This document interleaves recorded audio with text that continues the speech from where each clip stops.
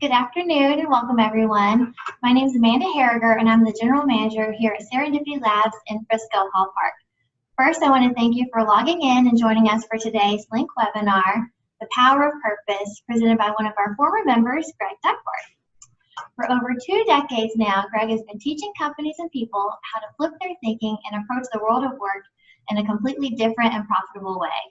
As a seasoned human resource consultant, he's intimately familiar with most areas of human resources and people development and is committed to helping accelerate the natural development of his clients.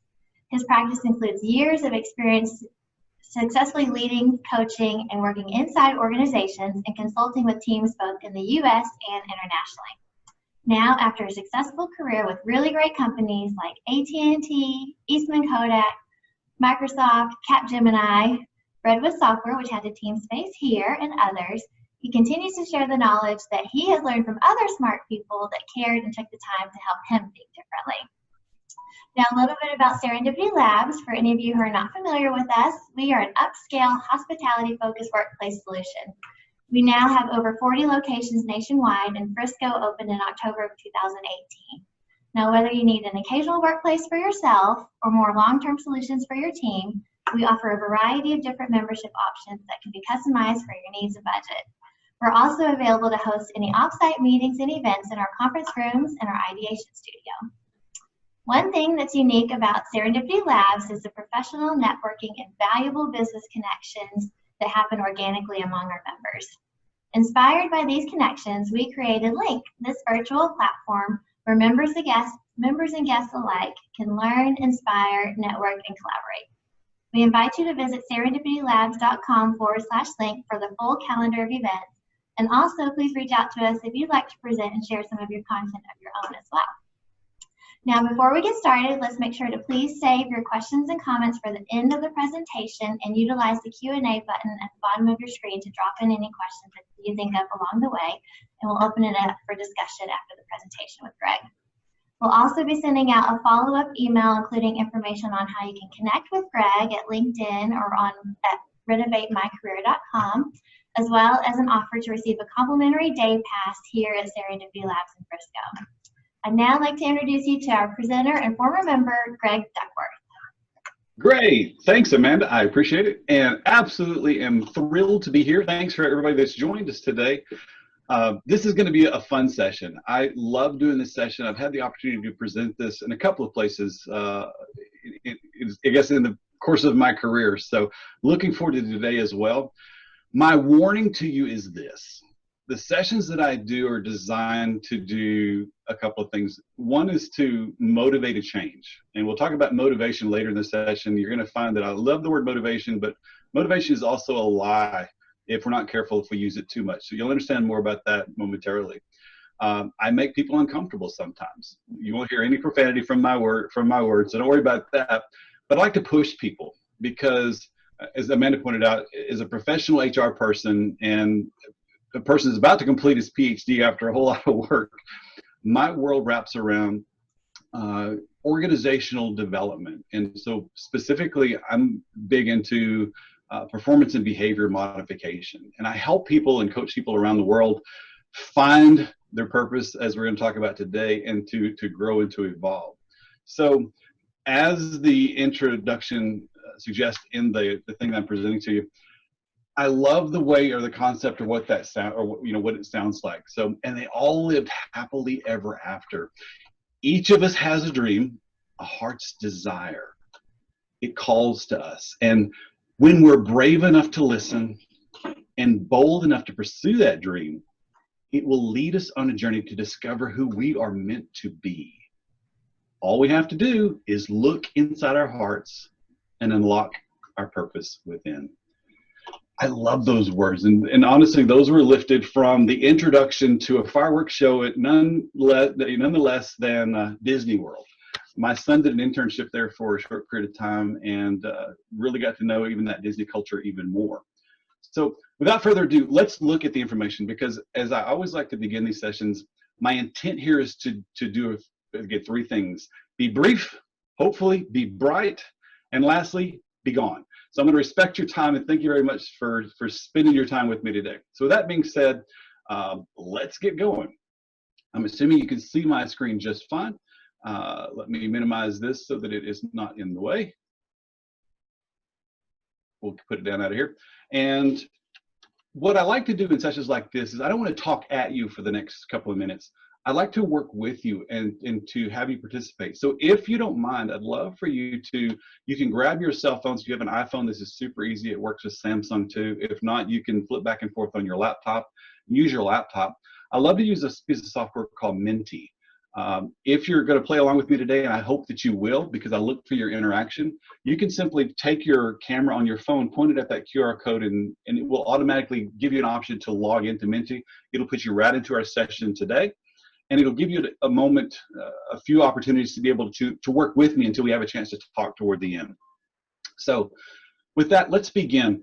There's a progress or a progression that I take people through in a session like this. And again, my warning is I tend to poke and to push quite a bit in these sessions.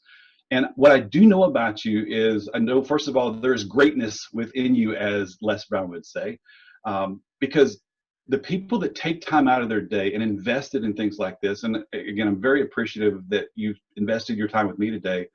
Those are the people that are really making a difference in their own lives and in the world around them. So this will be a fun session, and I encourage you that if you're showing up to these sessions and if you're enjoying not only mine but any other session, share the word. Let other people know about it so they can join in and capitalize on the information as well. So I begin with the question of, who are you? And it sounds like kind of a high-level question. It's meant to be that way, but I want you to stop and I want you to really ponder that question. Who are you?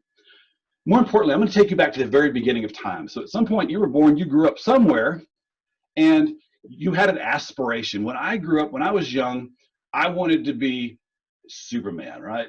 I used to sit in the tree with a cape on, waiting on my birthday for all people to arrive because I was Superman. This is me as a child. What I'm going to ask you to do is now, if you have logged into that menti.com, this is an opportunity. I want you to tell me, what is it that you were going to be when you grew up? Were you going to be a paramedic? Were you going to be a politician? You know, were you going to be what you do today? What is it that you were going to be when you grew up? So I will pause momentarily. I'm going to actually switch over and let me load my side up so that I can see what you are entering.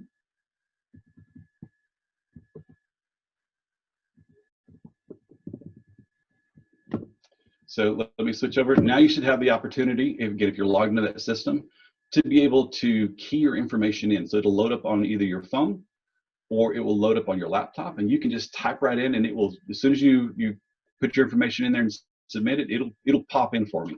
So what I'm going to do is I'm going to take the picture off the screen, and for anybody that is playing along, there we have one person that wanted to be a professional golfer when they grew up. Physical therapist. Love that. So the person that's a physical therapist, my wife, so all four of us are in school right now. And yes, I'm a bit older, but nonetheless, we are all in school. My wife, I, and both of my kids are in school right now.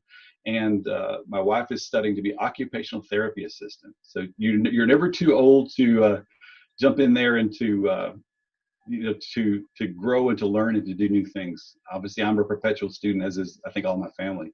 Teacher, huge respect for that profession. My dad actually was a high school English teacher. He ultimately moved up to be my high school principal when I was in school, and then superintendent shortly thereafter, or assistant superintendent. So again, great respect for anybody in the teaching field. All right. Thanks for participating again. This is very helpful to me because it provides some insight. It lets me, I guess, adapt what we're going to talk about just a little bit based on what you're sharing with me. So let me jump back over now, and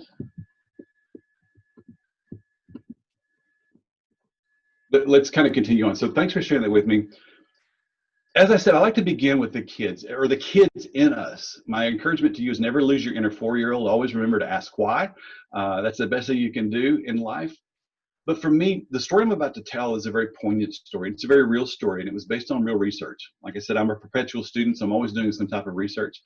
There was research done some time ago, and they followed kids in school, and they went into an early grade class. They were like in the first grade, and they simply asked one question of all the kids.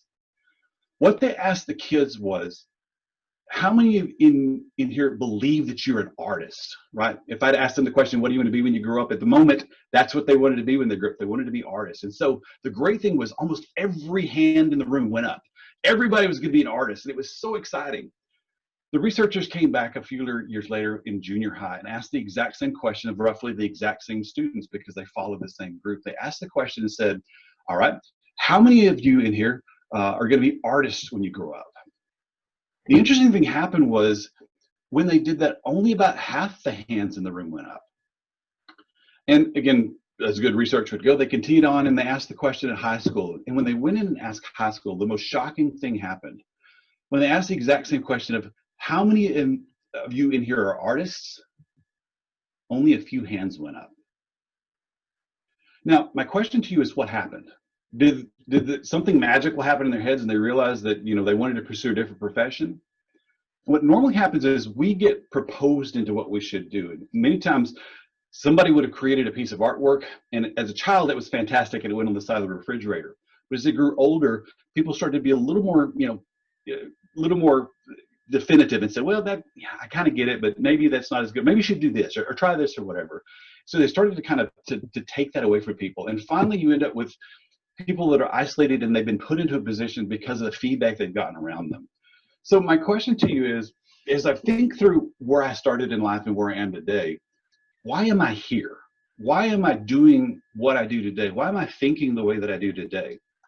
And as I warned you, part of what I do is I love to get in people's brains, if you will. I'm that guy that pokes around. I have a couple of sessions, one that's called Brain Games. It's a fun game, or it's a fun session where I'll actually show you that I can control things in your brain. I can change things. And I warn people in that session that there's one thing that I do that once I do it, it will never go away. It will always be there. It's one of those earworm type of things. You know, it's very interesting the way the brain works. And so as again, that professional, I spend a lot of time thinking about how that works and how that influences us.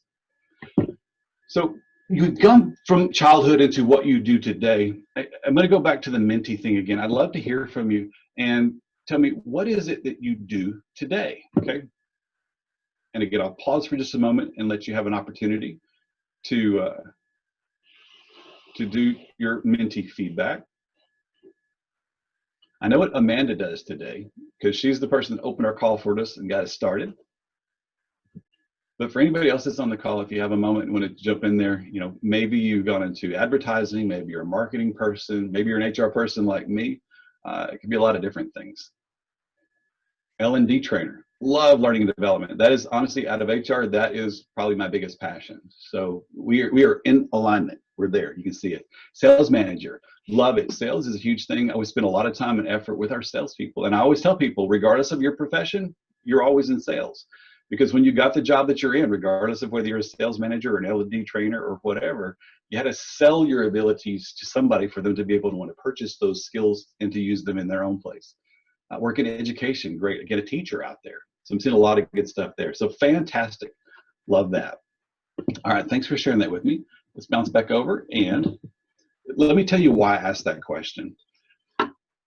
As an HR professional and a person that consults and coaches people, what scares me the most is how we define ourselves. How do we describe ourselves? And in some cases, people will use a more generic term like, you know, I'm a mom, I'm a dad, I'm a friend of somebody that needed help or whatever. Other people are more specific around, I'm an HR person, or they'll use their job title to define themselves. And so we assume our labels. The scary part is, and the reason I bring this into the session is, when I coach individuals, a lot of the people that I speak with are individuals that have recently been laid off. And with the pandemic that's going on, I see a lot of that right now. And it's here's where I was, but that's no longer an option for me. Now what? And again, they've relied too much on their label. I can't tell you how many times I've talked to a vice president or an executive vice president or whoever that says, you know, yesterday my name was senior vice president of X. Today, I'm just Greg. And that's a really scary place to be. So the purposes for the session is to really take us through you got to understand where you are today and how you got there before you can do something and figure out, is this really where I'm supposed to be? Or is there something more for me? It's have I developed what my purpose is? Do I know what that is really clearly? With that said, where do we start? What do we do? And I love this, and this is, again, is a real story. You're going to find with me, I love to tell stories. That's my favorite thing. This is a story about a mentor that I have that impacted me many years ago. And this rock is a very real rock. In fact, if you can see my video, I'll even show you. I still have that rock with me and I keep it around because that mentor taught me a very valuable lesson. Here's what happened. I'm driving along one day, and in that little pocket on the side of my door, I see this rock, the one I just showed you, or the one that you see on the screen. And for about a week, it taunted me and kept saying, turn me over. I mean, that's what I read every day. And finally, one day at a stoplight, I turned and I picked up the rock because I just couldn't stand it anymore. And I turned the rock over. And then I realized in my life what was in control. And here's what the other side of the rock said. It said, you just took direction from a rock. And while I joke about that, and that's kind of funny, for me, as I started to think about that, that was more true than I thought. And ultimately, I ended up being kind of a puppet of my environment. I let the input that I got from everybody around me start to direct what I did, how I thought, things like that. And so I don't do that anymore. And by the way, that professional mentor of mine that left that rock in the door at the time was my 8-year-old daughter. So I love this rock story. I do keep this rock near to me because it continues to be an influence in my life for a positive. So I ask you to stop and think about, what's controlling your life right now? And more importantly, do you know concretely what your purpose is today, what you do and what your purpose is? And with that, I have, again, one other Menti thing. We'll jump over and do that real quick. I'd love to get your feedback again. Do you know what your purpose is today? So let me get into that. There we go. All right, so again, your phone or your laptop would have just changed now to the next screen. And this is an easy one. You don't have to type anything. You simply have to click a button and tell me what you think. So, okay, fair. I love this. Some are still searching. Some are pretty confident. Some are mostly confident. Perfect. So what I find in these sessions is interesting. This follows it exactly. There are some people that say, I absolutely just don't know yet. And that's why I came to your session today, because I'm hoping I get some more clarity. Other people are kind of there and other people are not. Very rarely do I find anybody that says, I absolutely have it, I'm living it. And that's true, because I think a lot of times we morph and change throughout the course of our lives, because again, there are different influences that take us to different places. So thanks for sharing your feedback on that. Let's talk then about, I guess, more importantly, and I'll just get on the right screen for us so we can actually see what's going on. That's the only challenge of working between two different systems, the input system that I use and the slide deck that I use. I have to go back and forth, so thanks for your patience on that. Let's talk about why you came here today. It's that purpose and passion. And it's really what I consider your legacy. It's what are you going to be? What are people going to remember you for? What's the impact that you're making? Or is your life get up, do the same routine, and rinse and repeat and do the same thing the next day? A lot of people that I coach with, that's kind of where they are, and they want to break out of that cycle and want to do something differently. And I love and I use Jim Henson, because Jim Henson has been one of my kind of role models for a long time, and I think about his legacy. I'm still a kid at heart, and I think that's probably why the Muppets speak to me so well, because I can relate to them very well. Jim Henson left a legacy, right? Anybody nowadays, if I were to say Sesame Street, you immediately know what I'm talking about. That's the power of legacy. And while your legacy, while your purpose may not be that far reaching because you don't have a television audience, your scope of influence, you can have that same level of input. So who you touch today, that trickle effect could have resounding effects. And I've got some individuals in my life that make me feel really good because of something that I did. And I was simply a part of a bigger process. Everything I'm sharing with you today is simply because somebody took the time and effort to share something with me. And I'm simply a compilation of a lot of really great people that have taken that time to offer things to me. So let's start with, first of all, what's going to get in your way, because you got to recognize that first so we can address it and get past it. And then we'll talk about at the end of the session coming up soon, what it is we can do about it. So first is the war of your mind. Your biggest challenge, my biggest challenge in life, is 3 pounds of jelly. Now, that sounds kind of gross. I'm actually talking about the human brain, because it weighs about 3 pounds and it sits inside of a completely cut off environment. If you really think about it, your brain can't really see anything, can't hear anything, can't touch anything, can never experience the outside world. It relies on all the input that it gets. So my question is, where's your input coming from? If I were to ask you to stop and pull out your cell phone and look at the last few texts that you've received from somebody, or the last few emails, or maybe how you interact with somebody at work today, what does that input feel like? Because that's what's controlling how you think and feel. So the first thing you have to recognize is it's the input that your brain is getting that's causing what you're going to do. And so you're in this constant kind of challenge of keeping your head in the right space to move forward. And if you're struggling with what your purpose is, sometimes that's part of the issue that I work with people on. It's that other stuff that gets in the way of really finding what it is. There's other times I'm talking to individuals about their purpose, and the funny thing is they actually already knew what their purpose was. They just didn't really recognize it. And sometimes you assume that your purpose is all-consuming. It's your 24-hour a day. And for some, like Mother Teresa or Martin Luther King Jr. or whatever, it probably was. Others were making some money during the day, so I may not be able to commit 100% of my time to my purpose, but I can contribute something that makes a difference. So that's that part of it. The other thing is fear is a liar. Fear is something that we're born with. You know, and if you think about inside your brain, you got this little thing called the amygdala. The amygdala is about the size of a walnut, and it controls a lot of stuff. It's designed to keep you alive. You know, if you're looking back kind of biology of brain, it predates a long time. It's the one that kept us from getting eaten or getting killed in a war or whatever. It's the one that says, you know, either I'm going to freeze in place, I'm going to run away, or I'm going to fight you.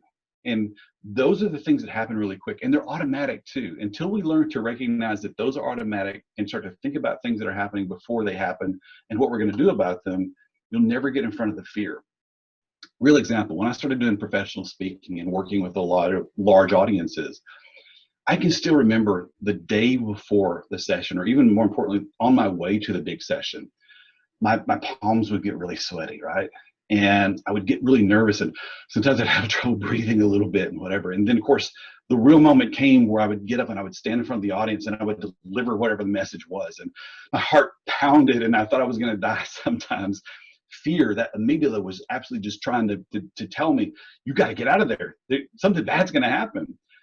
But when I realized that I can fight through the fear and I can move forward, I delivered that session for the first time. And the sessions got larger and larger with more and more people. And the most wonderful thing happened was at the end of the sessions, I started to get positive feedback and I started to get, you know, applause and things that there were positive reinforcements for me. And as I got those things, I realized that fear was a liar. The day before, the moment of, all those things that were impacting me, that made me feel anxious, that made me not be able to breathe, that made my heart pound, that made my palms sweaty, all those things were not real. They were things that my brain was trying to do to me to keep me from something. But the reality was I needed to experience that because it led to even more cool things. And I've met so many wonderful people and I've engaged in so many great audiences because I got myself past the fear. And so stop and think about, what is it that you're afraid of? What is it that's keeping you from doing something that you know you really love to do? And if you don't know what you love to do yet, we can figure that out too. And that leads to the whole confidence thing. It's the, you know, I can or I can't do it. And this to some degree goes into even feelings. It's the motivation stuff that I talked about a little bit earlier, where I said motivation is a lie.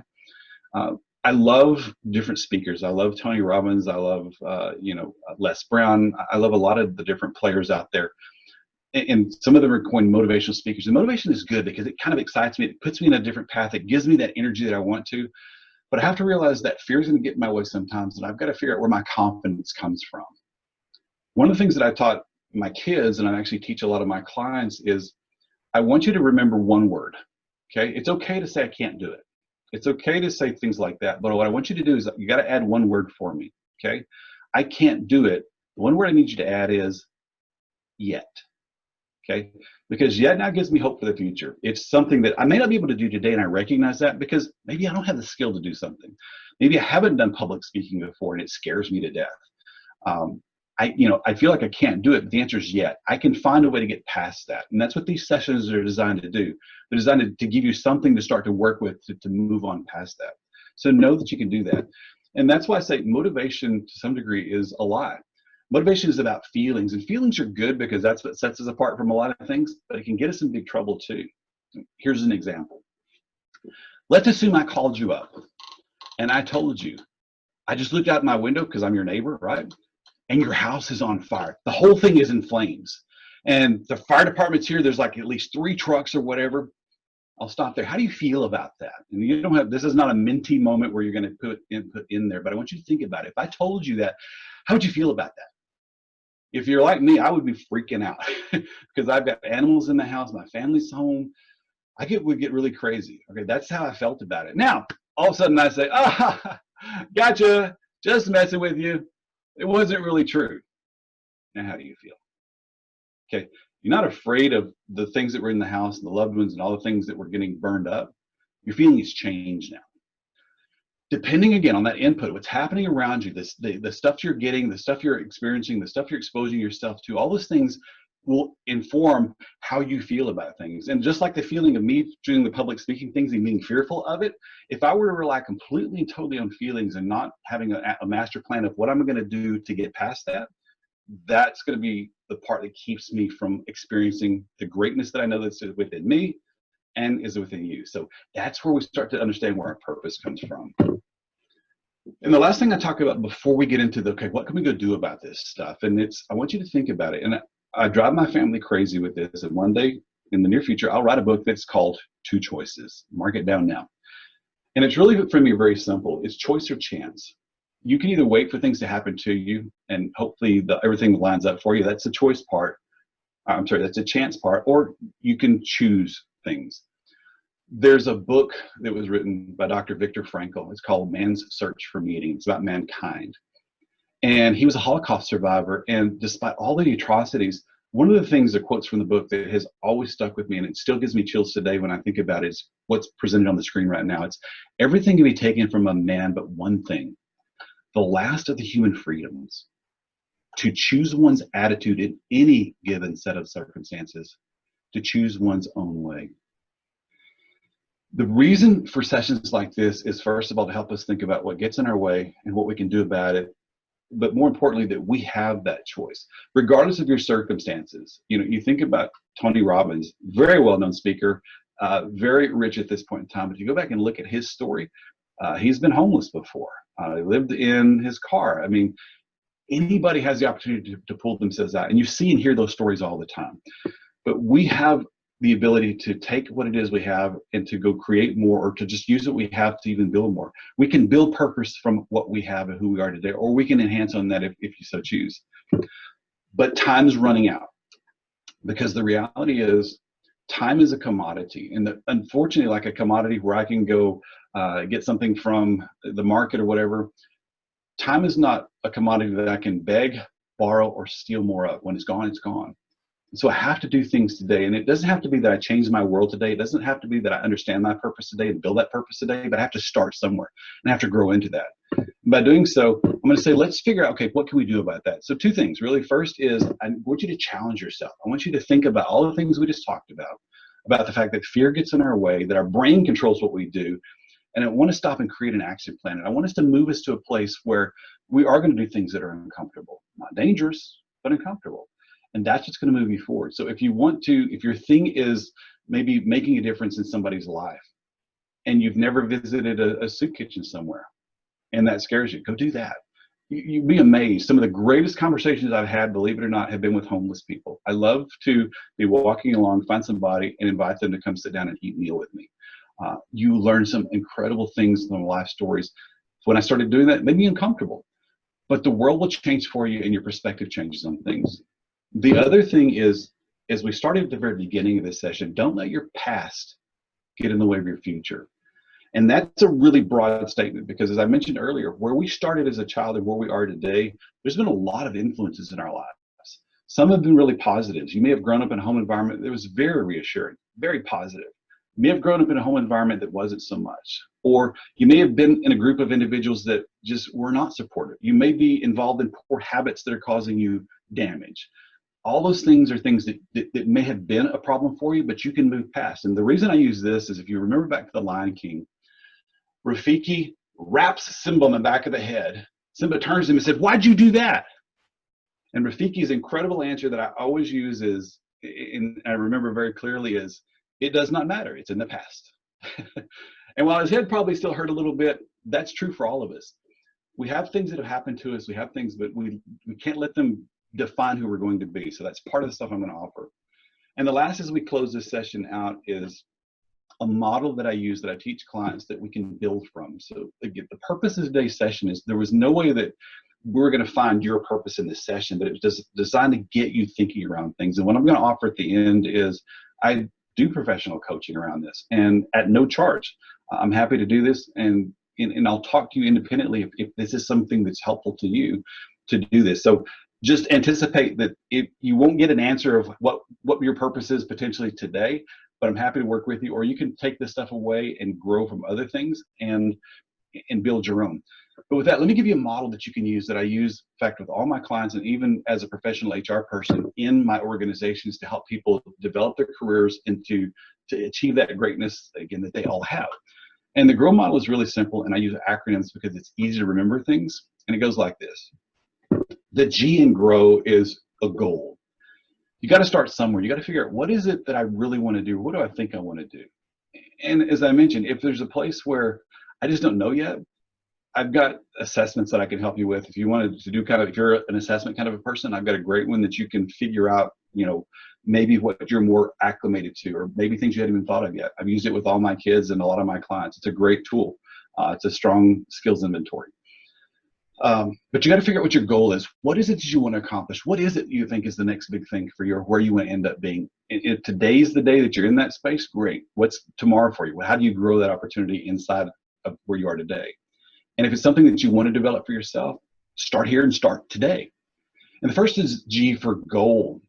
Now, let me give you an example. Let's use an example. I want to be a professional hockey player, okay?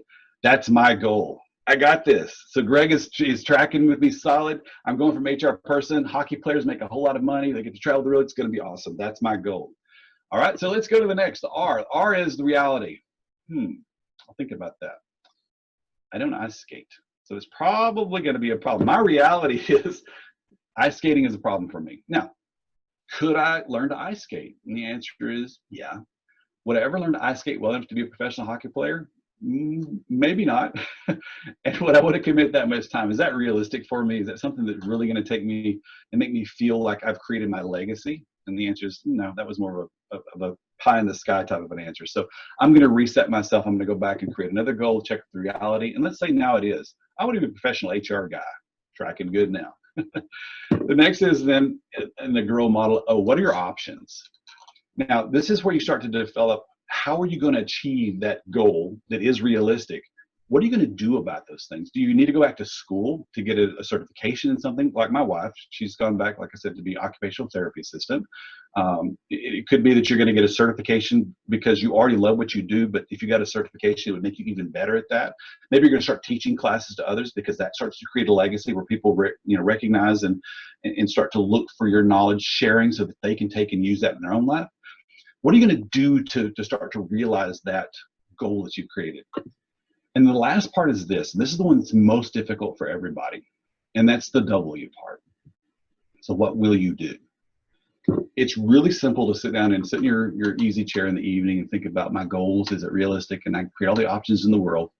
But will you actually do it? Will you commit? Will you have the discipline to get it done? And this is where sometimes you need an accountability partner outside of yourself. Maybe there's a lot of things that we can do to make sure that your will gets done too, but you have to have the will you get it done. Otherwise, none of the other three letters makes any difference. So that's what GROW sounds like. And I love this story, and this is where I start to end the session. And the story is this. This person's name that I have on the screen right now, his name is George Dennehy. Now, if you're not familiar with George, he actually was an orphan in a Romanian orphanage. He ultimately, they determined he obviously was born without any arms, so probably wasn't worth a lot of time or effort, and he would probably have died in the Russian orphanage. However, he did get adopted. That's good. He came to the U.S., and by the age of 8, he taught himself cello without any arms. He got so good at it, they actually played in local symphonies. And then one day, he decided he could do a lot of stuff. So not only was he playing the cello, he learned to play other things, including the guitar, as you'll see here. And he learned to play it with his feet. He did, just for fun, like a lot of kids do, put up his video camera and recorded himself playing the cover Iris, or the song Iris by the Goo Goo Dolls.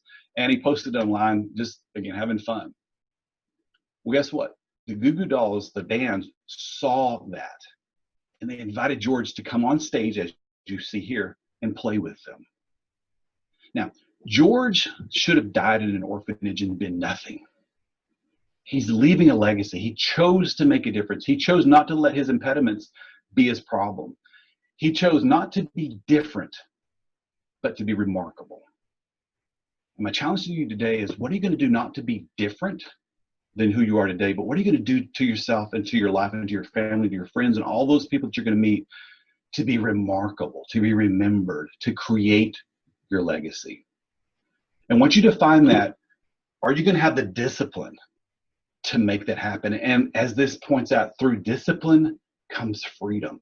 The more disciplined I am, the more freedom I recognize in my life from all those bad things that I think, from all the bad actions and habits that I have, to the positive legacy creating things that I love to do. So I leave you with this, is I'd love for you to do something today that your future self will thank you for. So you have to begin here. You have to begin now. And so with that, I do want to thank you very much. In the interest of time, I'm not going to have you do this, but I was going to ask you, what will you start doing today? So this is a mentee thing. I'm not going to have you do that online with me, but I do want you to stop and think about that question, is what are you going to commit to now? What are you going to commit to today? And will you have the discipline to make it happen? And on that note, I end with this, is I am here to help you. I love to do these sessions. I do coach people all around the world. I have the day job thing that I do as well, and I love to work with people. Before, my website was called Renovate My Career, and it's all just information I post out there. I make things available. If there's something that's not out there that you would be interested in, let me know, and I'll make sure that I have it available for you. It's a resource site right now. That's what I use it for. But before it was called Renovate My Career, it was called People Are My Passion. Because for me, luckily, I didn't choose HR, it chose me. And at that moment, people ultimately became my passion more so than I realized, and that became my purpose. And that's what I pursue today. So you are part of my purpose. You are part of my passion. Your colleagues, your friends, your family are all part of who I want to be a part of. So whatever I can do to help, this is my contact information. I would welcome you to reach out to me. Thank you very much for your time today. And Amanda, thank you very much for not only being a great host for today's call, but for being a great colleague, because we loved every second of being partners at Serendipity Labs. Oh, we loved hosting you, and this is such a treat. Thank you so much for presenting for us today. I found it personally very inspiring and took some notes. I love the rock story, so thank you for sharing that, and then learning that your mentor was your daughter on that. So clever and not surprising at all that she thinks that sharply. But you also reminded me of another quote, the Shakespeare quote, a coward dies 1,000 times before his death, but valiant only once. So that was resonating when you were talking about overcoming fear and getting out of your comfort zone too. So. That's fantastic. Thanks for sharing that. I love that. I may have to go add that to my website. That's a keeper. Yes. Well, we wanted to open it up to questions from our attendees. If you happen to think of any, or any came up as you were listening to Greg. One that I thought of that I was wondering if you recommend any tools for kind of tapping into your passion. You know, maybe that you've got hobbies or things that you're interested in, but what would you suggest us start to really kind of honing in on what our legacy is meant to be? Yeah, great question. So one of the things I usually tell people is, what makes you happy? And think about that. In fact, one of the guys that I'm mentoring right now, he came to me one day and said, I don't know, I even know what my passion is. And I'd been working with him for a while. And I said, actually, I think you do. He's big into, he's a project manager right now for a big company. But his conversations he and I have had before is around service-based things, specifically with religious organizations. And he spends a little bit of his time doing that. And again, I think what happens to some people, they think that my day job has to be my purpose, my passion too. And sometimes it works out that way. And sometimes you can morph and change and create the time frames around that. But I would say what makes you happiest, if you don't know, a specific area that you're really good at, there's some assessments, either just conversational that I or somebody can help you with. There's some tools that I could provide to you that you can click all the buttons and it'll come back and give you a nice report that says, here's kind of things you should think about that. So there's a lot of different tools out there, but I begin with what makes you happy. Mm-hmm. That's great. I see another question came through that, do you have a suggested reading list or some books to start out on this topic as well? Yeah, great. I appreciate that. Yeah, I do. In fact, on that website, Renovate My Career, because there are some books that I absolutely love, I have a reading list on the website. And I'm very selective and very persnickety when it comes to what I'll post on that website, specifically when it comes to books. If you've seen, I don't know how well you can see behind me, but I've got several libraries because I read all the time. Mm-hmm. But you can go to the website and there's things. If you can't find it, let me know and I'll send you the link to it. There's one that I'm looking at right now that I'd strongly encourage you to read if you're interested in how your brain processes stuff. And this is not that really academic, hard to read stuff. It's fun. It does have a lot of the behavioral psychology built into it, but it's called Thinking Fast and Slow by Daniel Kahneman. It's an interesting book. Thinking Fast and Slow. Write that one down. I'll add that to the website too. I just haven't. One of the ones that's not up there yet, but the others are there. The ones that I mentioned today, like Man's Search for Meaning, are out there. There's others that are out there. Influencer, The Power. There's several books that I think are going to be good. Absolutely, and I think this topic is especially encouraging in these times because I think there's many people that are future entrepreneurs that are trying to branch out, that have had an idea that they're working with and been having reservations about branching out on their own, but now's the time to execute. So. Yeah, absolutely. I've got some dear friends and some dear colleagues from previous places that have left their job, and they did branch out and do something, and they were in that space. So if you're in that space of being an entrepreneur and you want to go do something else, even outside of your day job, you need help thinking through that, or from a business and or just how you would accomplish that inside of your head, reach out to me. Sounds good. Well, absolutely. I'm sure that our attendees will be connecting.